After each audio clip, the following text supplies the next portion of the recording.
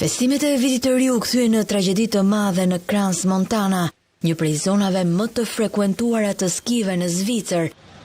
10 persona besohet të kenë vdekur e rreth 100 të tjerë mbeten të plagosur pas shpërthimit të zjarrit në një lokal të mbushur plot me njerëz që festonin vitin e ri.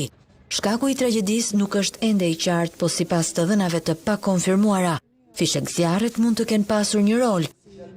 Ministria e Jashtme italiane deklaroi se informacionet e policisë zvicerane sugjeronin për 40 viktima, por policia nuk specifikoi numrin gjatë konferencës për shtyp.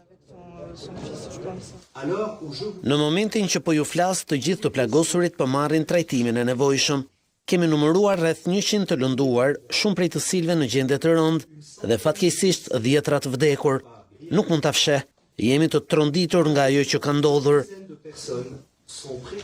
Flakët shpërthyen në 1:30 të mëngjesit në lokalin e quajtur Le Constellation, në resortin turistik në jug-perëndim të Zvicrës. Siç raportohet, disa prej viktimave dyshohet të jenë turistë nga vende të tjera. Autoritetet thanë se 10 helikopterë dhe 40 ambulanca ishin mobilizuar, teksa shumë njerëz po trajtohen për djegje, me shumicën e të plagosurve në gjendje të rëndë. Reparti i kujdesit intensiv në Valais është mbushur plot me pacient dhe disa po transportohen diku tjetër. Zona është izoluar plotësisht dhe një zonë ndalim fluturimi është shpallur mbi Crans Montana. Policia konfirmoi që prej fillimit se ngjarja nuk po trajtohej si ndonjë sulm terrorist.